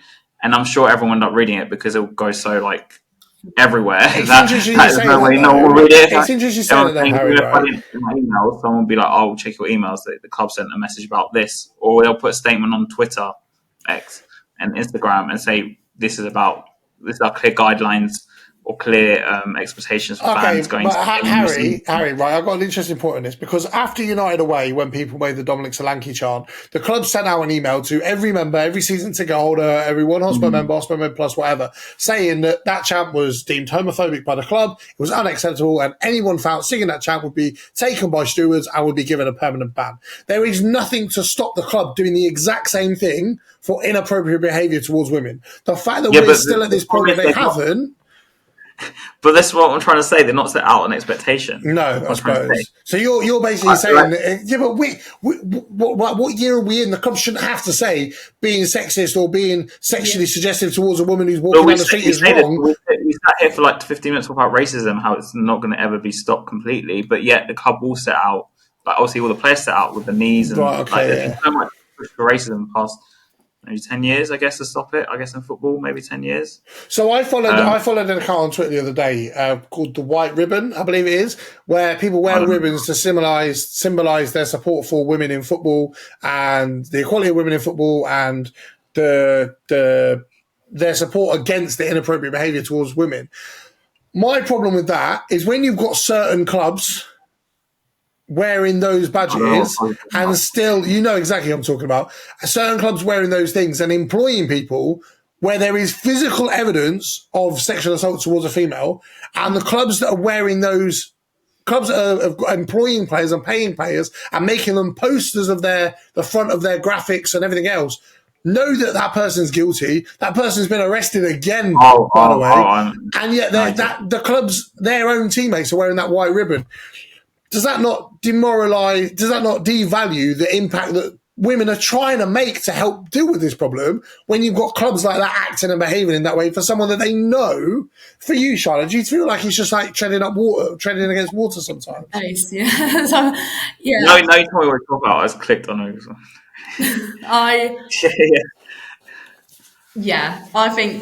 think it is just a bit of a kick in the face. I think, like, you're doing this to make a point, but you don't really mean it. Otherwise, you do the important thing. Yeah, do you actually want to support women, or or do you want to support racism, or all of this? And it's like when you're not showing, all you're doing is saying it. You're not actually implementing it. it that's the best way. for everyday life. So no, I see what you're saying now, because if they're supporting someone who's found guilty of it, then it loses all meaning. You're saying we want women to come to our games, but actually you obviously don't want it enough. Otherwise, you'd set the right example. Yeah, are you just saying it because you're getting backlash for not saying it? Because other clubs are doing it and succeeding with the women's sport, or and everything. So almost like it's a trend, keep up with it. Yeah, like with the rainbow laces was like that as well. Yeah. Like people just copied the fact that other clubs were doing it. When actually, did you really? Are you going to ban a homophobic fan from coming to a game? Saying Uruguayan was racist at some point. Is it? Am I right or wrong? Saying Uruguayan used to play for Liverpool was racist or something. Yeah. Yeah, and that was around the time trying to push no racism in football. Ironically, we're talking like 10 or so years ago, and yet he still stayed at the club for how many years? It's almost like the club are like, we have principles until it impacts us on the field, and then those principles go out the window. I think that's the best way to describe it. Hopefully, I know we're not coming to a definitive conclusion of what can be done, but hopefully people listening to this, both male, one, if you have thought or acted in that way, fucking think twice. Number one. And number two, if you're a female, hopefully the fact that we're able to sit here and have that conversation, and that actually not everybody falls into that category, hopefully it'll make you feel a bit more comfortable going to games and a bit more confident going to games, because ultimately I don't care who fills the stadium, as long as they sing for 90 minutes and they support the club. I don't care who you are, what sex you are, what gender you are, whatever. I couldn't care if you're 4'3" or 7'7". I don't. If you're 7'7", get on the near post for the corners. But do you know what I mean? Like, for me personally, I don't care who goes to games. Harry will tell you, I'll talk to a brick wall. I've known Harry a long time. Yeah. I'll talk to a brick wall. I could be sat there on a tube, and in fact, on the way to the AZ Alkmaar game, I was sat opposite AZ fans. I went, "Is that an AZ shirt under there?" And by the way I spoke to him, the guy felt comfortable enough to unzip his jacket and sit there having a conversation with me about Dutch football. I don't know where I live, but I work in Angel in Islington. So I'll give you an example. I was on a train once, Arsenal fans, and I think they knew I wasn't Arsenal, because I was just like, anyway. But they started talking to me. They were fine talking to me. Like, it's fine, guy. Don't worry. Like, they knew I didn't support Arsenal, and it was fine. I can talk to anyone. Yeah. Like, we're like that, really. And hopefully people listening to this have a little bit more faith. Like yourself, Charlotte, you said you're lucky to not have experienced the wrong side of it, but. So I guess in a way, it's kind of hard for all three of us to understand it from a point of view of a victim, because no three of us have been a victim of it. But I think we definitely have highlighted the fact that the club have a responsibility, and like Harry said, they need to start setting out a guideline or setting out a policy in place to go, we have as much tolerance for this as we do for racism, as we do for, anti-Semitic behaviour or homophobic behaviour or whatever. This now needs to move into that bracket and be treated the same. And I'm kind of disgusted in my club with the fact that it's still not. Just briefly then, because I don't want to keep you too long. I'd say, as you mentioned the white ribbon, I'm all for spreading a message in that way, but I don't feel like, as someone who, like I said, did a project about rainbow laces, that has so much of an impact rather than actual guidelines from clubs about how to behave, because it's just like what's it called? Not a trend, but I don't know. Yeah, people kind of do it because it's in the news, and then the minute it's not in the news, it stops. Like I have to admit, I was wearing rainbow laces for a number of years, and eventually I stopped. Not because I'm racist. It's just because it was just like a fad, or it will last for a few years. With the kneeling of the knees now, I don't think they do it every game, do they? No. Because then they feel like it loses its impact, whereas the long-term impact is putting something in place to stop it, minimise it as much as possible. And guideline, and then if this and this happens, these are the consequences, and then they have to, I guess, stick to their word if they set out the guidelines about the consequences. And let's just hope they're as consistent with that off the pitch when it comes off the pitch when it comes to it. No. More consistent off the pitch. Let's hope they're more consistent off the pitch. Sorry, I'll get there eventually. It's been a long day. As they were on the pitch. Just quickly then, because I know this was meant to be a more big topic, but we spent a lot of time on that, and rightly so as well. No, I do think that's It's right. It's nice that we're But I do having a think conversation. as guys, we do also have an extra responsibility to protect women. Yeah. That's just about how I was brought up. So, like, for example, Same.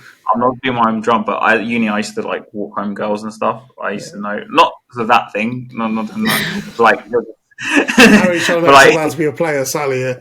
No, but no, I know what you mean, though. You know feel what you I'm have a saying, right? responsibility to, and I've Yeah. been the same. I've been That's the how same. That's how my dad taught me to behave. So it's a bit like, as in, for some people it will just be by default. You don't act like you the don't way have to to tell them or make them aware. They just do it like that. For some people, it's about education, and for some people, stick them in a prison and leave them there because that's Because it's also with like people who are a lot younger, like guys who are like 13, 14, 15, who are going through teenage years. And the same with, I think, everyone that age where your brain's still developing. If they're surrounded by that behaviour, they're going to emulate it as they grow into young adults, and then it just starts a vicious cycle that you can never get out of. Then most of these, I had to bring this up. Most serial killers, or like they have like examples of when they were younger, people acting a certain way. Let's not even go there because people know my upbringing, and people that listen to this podcast for a long time know my upbringing, and they know I'm an avid lover of Criminal Minds. How I didn't become a psychopath, I'll never know. Well. We'll have that conversation separately, Charlotte, rather than the podcast. The other thing, then, quickly. So obviously, we the actual interaction. I can't believe we're taking this on to talk about it. So the actual interaction, what I replied to Charlotte was. From you did some TikTok, I can't remember what it was, about the women's game and the growth of it. And I replied saying, how long do you think it will take? And, what do you think it will take for the women's game to continue to grow and grow and grow? Do you want to talk a little bit about that and your thoughts behind the TikTok you made? Because obviously there was enough behind it for when I messaged you for you to go, actually, let me talk about that. Do you want to talk a little bit about like your own personal thoughts on that and what you think, one, we can do as men, but two, we can do as a fan base to help grow the women's game? Yeah, I've been thinking about it quite a lot, actually, and I think it's hard. I think Spurs as a club has come a long way. We've actually only been in the WSL since 2018, which in comparison to some other teams is, crazy. I think it's a club that, like, you don't support Spurs if you're just becoming a football fan. You're supporting Spurs because your family supports Spurs and you've got the history of it. The problem is it doesn't have as big as a fan base as, Arsenal, Man City and Chelsea. That's sometimes just the players themselves. I know a lot of people who watched England win the Euros become Arsenal fans because their favourite players, and that's so fine. And that, like, the fact that, it started to grow the game, amazing. But I do think Spurs as a club, we have grown. And I was saying about how I went to the North London Derby in 2019. The tickets were £1, and I had great seats, but they were £1. So, like, we're coming a long way. And I said, you asked, how long do you think until we, fell out? A long time. We're not filling out the Brisbane Road. When I went, they actually only sell half the stadium. I know about this because one of my friends I stream with actually works for the council. He tells me this stuff all the time because he has to do, the signs that go up outside match day. He does that. He actually works for the council, so he tells me they do some women games as well. But obviously, attendance is not as high. Because always on the stream, you can only see like the empty part of the stadium, and you always get like, oh, is it not even selling tickets? It's like, actually, we're selling like. They're just behind the camera, not in front of it. Camera, promise. But I think, Arsenal are selling out Meadow Park. They've done that, but they have for years, and now they're playing at the Emirates, and they're doing well. So I'd love to say we can achieve that soon. Do they always play at stadium? Do they always play? I can't remember. Oh, he told me. Do they always play at the Tottenham Hotspur Stadium, or do they sometimes? No. So they play at Brisbane Road, which is the Leighton Orient ground. Yeah. They don't. Yeah, they don't always play it. So at Hart Lane, do they? No. No, I think that's part of the issue. Yeah, it's stuff like that, and I know that they only recently. I don't know my facts completely, but respect the honesty.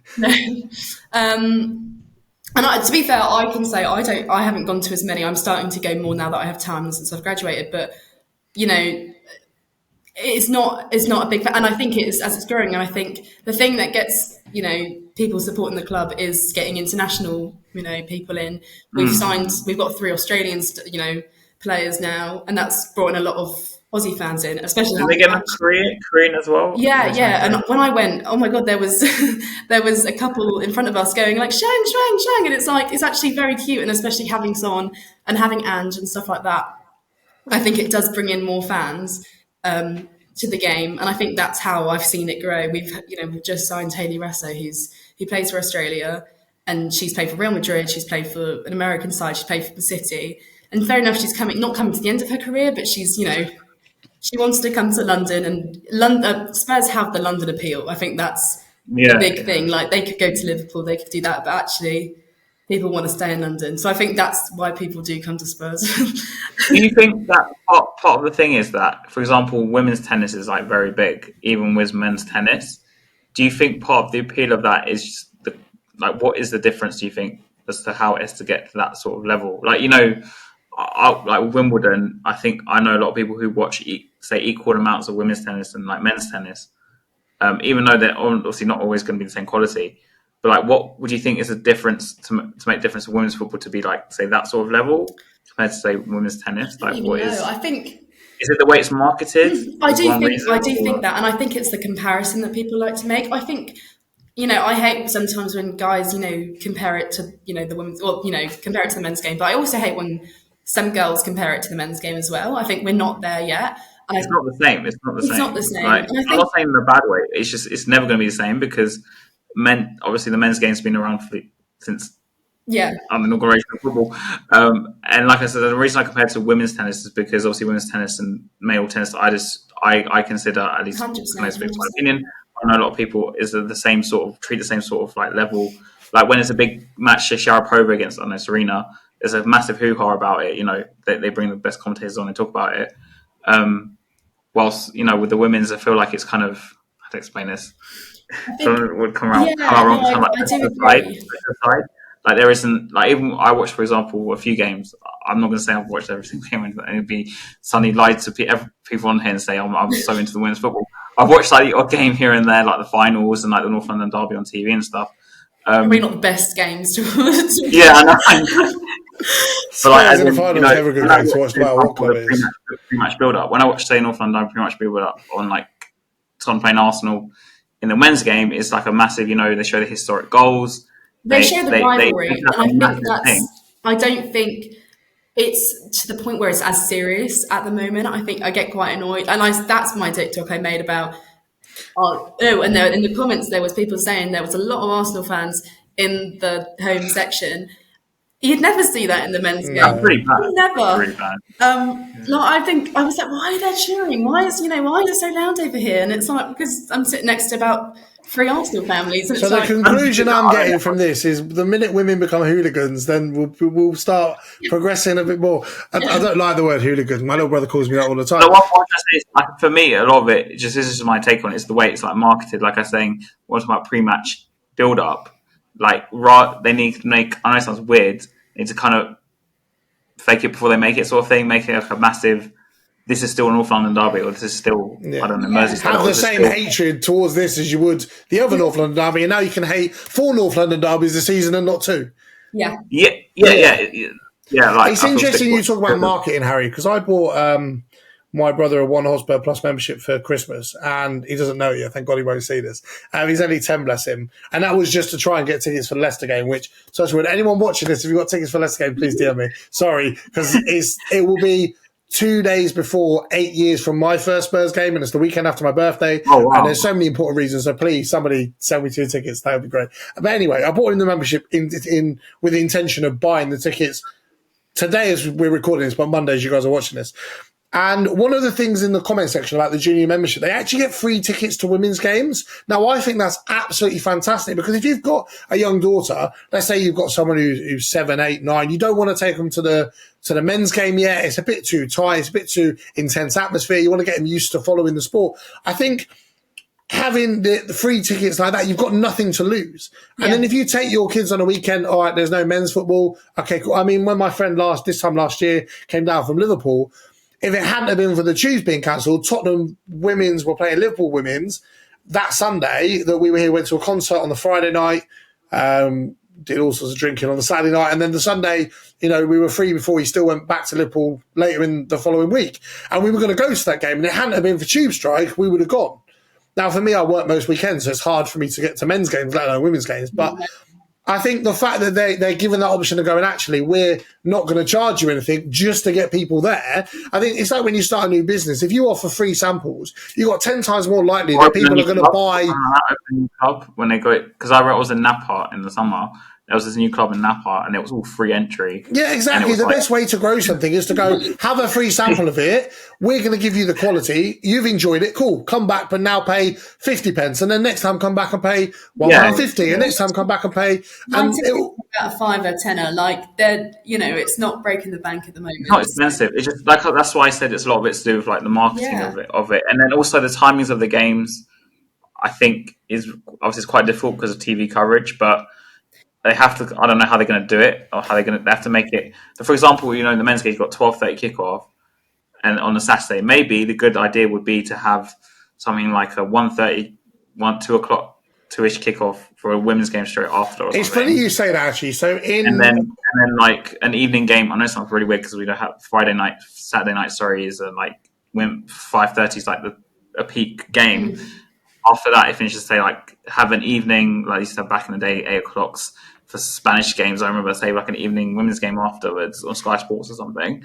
And then in the Sunday, do like something. Yeah, so you already got Sky Sports on. You're already watching it anyway. So why not stay to the women's game? And then when you've watched it. Yeah. Because they're going to say, coverage of like the North London derby after.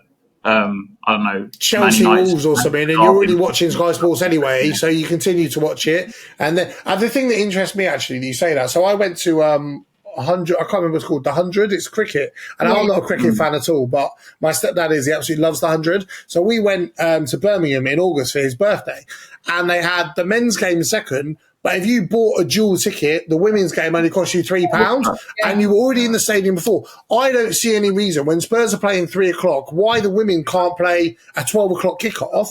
And you go, okay, we'll charge you £4.50 for £3 for the ticket. You're already going to the match anyway. People that get there like me, who get there stupidly early. Anyway, say, I might as well go chicking at midday anyway. No, but so what I'm saying to you, like you. No. For example, you said 3 o'clock, right? Say they put it at like 12:30. I don't know. Yeah. I'm just going to give an example with chicken. So we go for the game chicken, it kicks off 12, we eat the food and we just go straight and watch the game and then watch the men's game afterwards. I don't know how they do But it. even let's say they did 12, me, I was drinking like the minute the pub opened for the North London derby. I think if they were to do it in a way where they're like, okay, so 1 o'clock, okay, you make it 1 o'clock then. Those people that have travelled down from God knows where or travelled up from God knows where, they're already there. So if they go, actually, do you know what? I've already had something to eat. Screw it. Let me go into the stadium 45 minutes earlier. Even if they only watch the last 45 minutes of the women's game, it's still more than what they're doing now. And then eventually that gives the club the option for those people to go, actually, do you know what? The women's game starts at 1. Like me, for example, I literally live 30-minute train ride from St Pancras, 26 minutes if I get the EMR, if it fucking runs, but let's not even go into that run. I can get from my front door to White Hart Lane in less than 45 minutes. So for me, and some people in London can't even get there that quickly. So for me, I'm not going 20 minutes from the stadium. Yeah, you're lucky. So for me, it wouldn't. Everybody knows that if I'm at a match day, I'll get there 4 or 5 hours before kickoff. I'm just stupid. I would happily go. I'd be like, you know what? I've had chicken. I've had a few drinks. I've been into the pub, screaming mouth off. My voice has gone. Right, I'll go and sit in and watch the women's game. And actually, I think it would encourage. Yeah, I think that if I saw other proper Spurs fans there, not that there's not proper Spurs fans who don't go to them, but like if I saw, men supporting it as much as they do, the men's team, that would just make, not everything better, but it would just fill you with the confidence that it actually is going to. That's why I gave a comparison to like women's tennis, because I know like enough men who watch both. Let's say, yeah. Because the women's tennis market is like a very good way, like as in they make the games look feel really massive, or like the commentators, you got whoever commentator Boris or whatever, I don't know, but like they make it a big hurrah about it, like, and I think that's part of the issue, like because we kind of treat it as if it's just something on the side. I think the problem is there's still a false perception. I remember the tweet. This was about 5 or 6 years ago, where an American team played an Australian under-16s team and of men, of boys, and lost. And then they still see people in international break tweet about women's football all the time. And it frustrates me because what people need to remember, they need to be realistic. It is in proportion to the other competition. If I go and watch Harry play six-a-side, God forbid, I bleach my eyes. If I go and watch Harry play six-a-side, he's going to be in proportion, so he thinks, with the people he's playing against. If you go and watch me play five-a-side, but yeah, let's not go there. But if you go and watch a non-league game, let's say you go like St Albans is close to me, let's say you go and watch St Albans versus Luton, there would be a gap in quality. Obviously, because one's a non-professional, semi-professional team, and one's a team in the Championship. For example, I'll give you an example, and this is very simple. Like before a derby, before this, they show all these small highlights of like the big games, say where Arsenal beat us and then we beat them, and especially like, for example, go to the Emirates, they'll be like, oh, this is when Arsenal won 4-2, so when Spurs won 3-2, they'll only win there. This is when Dele Alli scored that goal, for example. So I bring this game up. But for example, if they did that before North London derby, on like even the screens of Spurs, on TV, mainly this is aimed at, show like the previous WSL games or something and show like the best goals. I know it sounds very simple, but I think more people will be like, oh wow, that's like a really good goal. Much. Yeah, it's simple. Yeah, and I think that also the scheduling is such a big problem as well. Like, we'll have about how many games there is on the Sunday. One time I think it was a Spurs game just before a women's game, like a men's game before a women's game at Spurs. And I remember I think we lost or something, and we just like left. But, like that's also another thing. Like I kind of think the women's game should become first because I think at the beginning at least. Yeah, because people get there anyway, so we'd encourage people to actually. Your idea is actually really good because that might be the first time he's ever said that. Because a lot of people get there early, like you said, so they're more likely to be like, "Oh, I'm here already. Let's go inside," and maybe they can do it where they have like the people already paid before, and then if you are there just on a whim, they have people outside giving you like, I don't know, almost discounted tickets. Like, oh, you're here early. Would you like to buy? You can go and sit anywhere you like as long as someone's not already sat on it. Obviously, go back to conversation. But then they go and they tell you once the game finishes, you have to go back to the normal like area. Once the game finishes, within the first 10-15 minutes, you need to come out of the seats. The doors will lock, and then they'll reopen again. Yeah, you're still watching football. I don't like, and it's to be the club you like. So yeah, I do. I mean, if you guys have ever watched football in the Olympics, even the men's, the football in the Olympics is so fucking poor. I've actually been to a game. You know when Mexico were playing at Wembley years ago? Oh, Harry, I can't remember what I did yesterday. I don't watch I watch hockey for the Olympics because I quite like hockey. It was just like, it was when the Olympics were in London. I went to a game at Wembley, Mexico against something. And then I had that crazy Mexican guy sitting behind with the drum going, Mexico, Mexico. The quality of the Olympics teams, my point, the quality of the Olympics teams is so poor when you consider the teams that the national teams take for World Cups and Euros and Copa America and stuff like that. People just need to, it sounds really bad, accept the quality for where it is now and actually go and enjoy a game of football. I'll give you an example. I know this is a product and this is not anything like, football related, but for example, when they advertise stuff like Choco Milk, I don't think the Choco Milk is Choco Milk. It's really nice. But I see that advertised everywhere. And obviously I've heard from one of my friends, but after I heard from one of my friends, I see it everywhere. Like it's all over the buses, all over. For example, there's North London derby for women's games. You have it all over like the buses as well, like if that makes sense. Or like because I think the club's most effort towards the women's football, I hate to say it, is a bit in the back of a program and an email. Well, I got an email the other day saying Spurs derby whatever it was, women's tickets on sale. I don't even know what. The reason I know about some about the women's games is someone I stream with. Sometimes she's called Ellie. She's Greek. She used to actually play for like women's football, like professionally. She's a really nice person, very Greek anyway. But she deals with a lot of the women's game. Like she'll talk a lot about the WSL, what Spurs are doing. Like I open WhatsApp on a weekend and she'll be like, "Oh, Spurs are 1-0 up, Spurs are 2-0 down," and she'll have screenshots of who scored, whatever. So I don't follow it, but I see it in my WhatsApp groups. But she's very like enthusiastic about it. So of course, she's playing it. And so I think she's an ambassador as well, or something like. Or she was going to be one. But like for example, that's my only say like. You're already exposure to it, if you like. About it if it wasn't for her. Yeah. And we wouldn't know much about it if it wasn't for her, like as in the men who are in these WhatsApp groups, we're not much powerful because most of the time we argue. I mean, I spent all day arguing about Ange today, but arguing about like men's football. If I had the same energy for women's football, I don't know. Oh my God, Like, you'd be unbearable. Jesus Christ, you're bad enough as it is on this sometimes.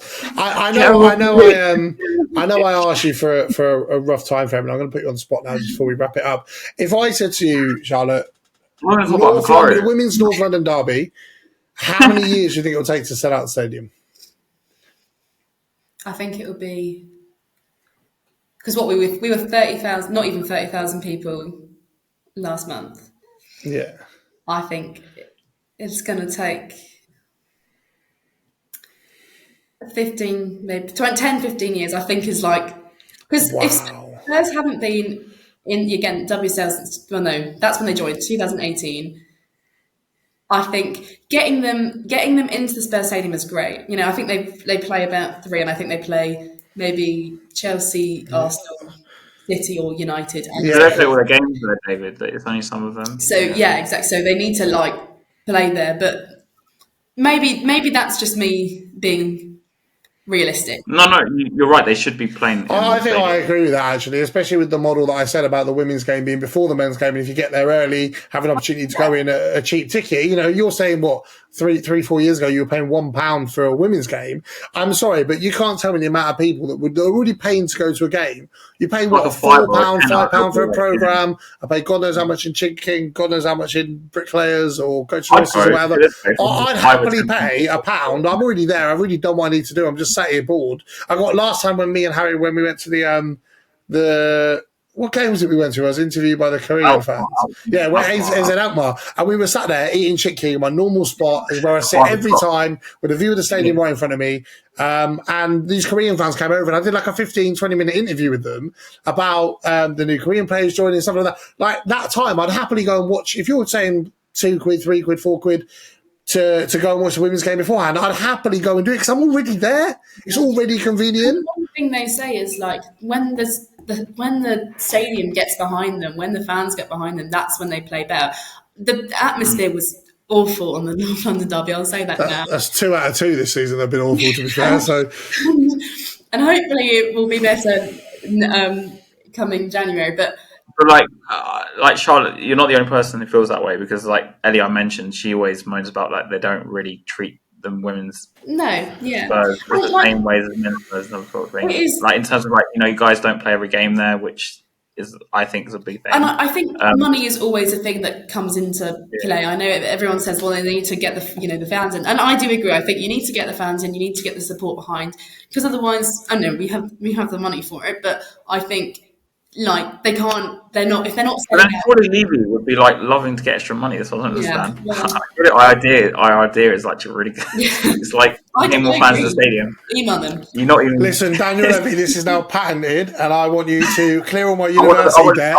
Buy me an Aston Martin and a 5-star plane for me and my little brother to go wherever we like any time of the year, home and away, and then you can have my idea for nothing. This is like free money for him because I don't know many people who, because like I said, Ellie tells me about this stuff a lot, that really go to the women's games when they're not at the stadium. Like I don't know, because the one she's thing on the minority. Because of that, she's a minority. Break. She follows them like a lot. Yeah. Like I said, I hear most of the stuff from her. So I think they lost to United the other week or something. Yeah. It was quite bad. But anyway, that was a great facial expression. I need to caption that, and then when we lose to Fulham, put that on the thumbnail. Sorry, I'm joking. I wouldn't do that. So that's how I know about it. But like I said, she feels the same way as you, Charlotte. Like she doesn't think they get the same sort of like treatment and respect as like the men's, and I think that's part of the issue where it's not marketed correctly. You guys don't play at the stadium every game when you should. But I think this should apply for like every team. So like, I don't know who else in the WSL, but like they should be playing at the stadiums the men play because I know Chelsea sold out Stamford Bridge for their game against Barcelona in the Champions League. So it can be done. Obviously, Barcelona's women's team, even I know this. Barcelona's women's team is humongous. It is unbelievable. And Villa, did she say? Is she still Villa? Alicia Lehmann, Douglas. No, she went to Juventus with. But like I know the Barcelona women's team. I actually watched the Champions League final between Barcelona and Chelsea when they lost. I think it was 5-0. Because I've always been a big fan of Emma Hayes. Harry's known this. I've said this for years. I think she's a fantastic coach. She can hold her own in a room full of football men, like second to none. She's brilliant. I'm actually disappointed she went to manage. I know why she's done it, obviously, but I'm disappointed she went to manage the American women's national team because I think she could have managed in the men's leagues. You know, and I think it's Tottenham. Oh, shut up! Right, that's a whole separate podcast. But I've always followed her work for she actually is a long honestly, time, David, and she's her attention to detail and the way she speaks and the way she holds herself is amazing. And I hope that she becomes the first women's manager in the men's game, and I hope she becomes successful because I think that will really cause a lot of men to sit there and view women's football and women managers, you know, differently. But then you have men managing in the women's league as well, like the Spurs guy, the guy, and he is great, and he comes across really well compared to some of the other men that do manage in the league. Oh, I don't know about the other guys. Is it that bad? Yeah, all right. Yes, put that there. But Robert Willian is great, who does manage Spurs. But I do agree. I think Emma Hayes, because I think if there's one person who could do it, is Emma Hayes. It is Emma Hayes, 100%. Like, I'll give you an example, because you've been talking about Emma Hayes. I hate to segue this to the men's thing, but for example, Beckham, he was like the first male English model player and stuff like that, and he became like first football celebrity. I'd argue, probably, I guess. Yeah. He dated Posh Spice. Anyway, but what I'm saying is, I'm not saying Emma's going to follow the same trajectory, but like I'm saying, they need her to do, or someone to do some sort of same sort of thing, because like obviously a lot of, I don't know about back in the day, we weren't better like Beckham. I mean, it encouraged, I guess, some women to play more full because of that. I think there needs to be some sort of like almost. Someone just needs to take that leap of faith and just take that trust. And I mean, like for example, Emma Hayes managed, I don't know, Chelsea. I don't know, but someone one of the top 10 or something. So it was Chelsea, yeah. No, I'm saying as in the men's game. Oh, yeah. And she took them to Europe. I'm just talking. And then I think people suddenly be like, oh, all these ignorant people will be like, oh, so women do know about football. And I start saying this the right way, but like... No, I know what you mean. And I think even for the same me, that... And if you come from sort of celebrity or something, like I like her as a commentator or as a pundit. I think, I agree with you, like, she talks a lot of sense. She takes no shit in the line. Yeah, she's very strong-willed, very... She knows what she wants. And I hope she does awfully for the USA, because England are about to play them on Saturday. But oh, lovely. This is good timing then, isn't it, really, going out on Friday? But I do think she's very strong-willed. And, yeah, if there was a woman to go do it first, it's definitely her. Because I think the one thing I hear, I know there are some awful commentators, but the one thing I do hear is, like, I do respect Emma Hayes, from men. So I think I do agree. But something else I'd like to say, just you want to finish? Go for it. No, honestly, it's fine. I'm off to work tomorrow. I don't care. That's why we record on a Monday, because I'm always off on a Tuesday, so it's fine.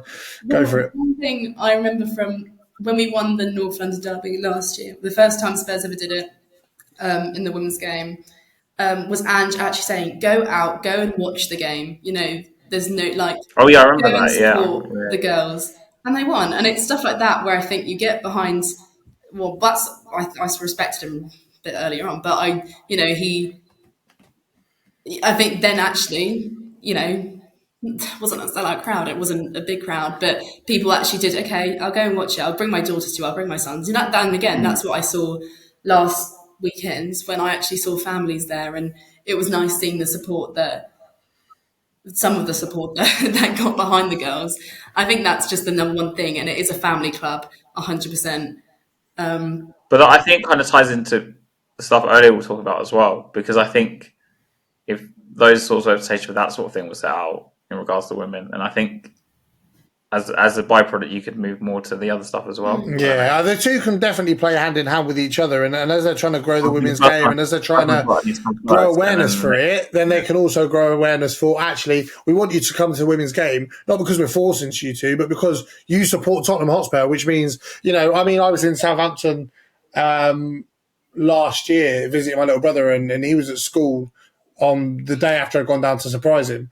And during the day, I went into Southampton Town Centre, did a bit of shopping, and then literally, I'm full kit wanker, not shorts and socks and shin pads, obviously, but Spurs tracksuit, my coat, and obviously my coat was open and you could see that I was wearing a Spurs tracksuit. And someone went, "Oi, come on, you Spurs!" And then walking over and having a chat with some 90-year-old man. There's a guy who comes into work every single Sunday, and I buy him a program. And I've done this on TikTok before. I don't know if you went back as far to see it, Charlotte, but every time I do a matchday vlog, I buy him a program. I need to give him the one from Ipswich, although I'm not sure he wants to read that one. And I buy him a program. He was there when he was at the FA Cup final when we won the double. He was there when we secured the league when we won the double.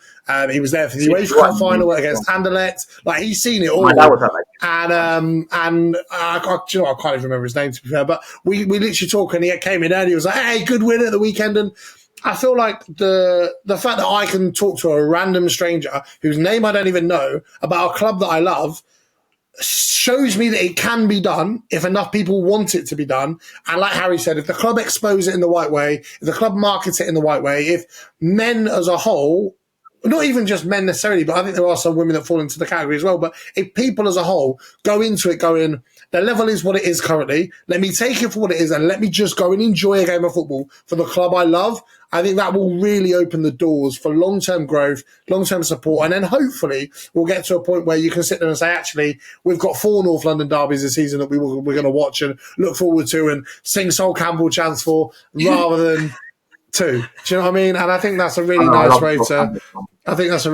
to wrap it up. Actually, just quickly, it's funny because a few weeks ago someone told my little brother the See You Next Tuesday, and I told him that the word was created. I told him who Sol Campbell was and what he did, and I told him that word was created for him. So when he's old enough for me to teach him the chant, it's going to be fucking priceless. I actually met Campbell year before he left. That's another story. It's funny, actually. My mate sent me a DM on Instagram the other day where he called him a snake, and the guy and Sol Campbell replied, "Get your head checked." And this guy, man, he was offended he wasn't invited to the Legends game. Are you fucking stupid? That's like going, "Oh, I slept with your wife, but you are going to invite me to the next wedding, right?"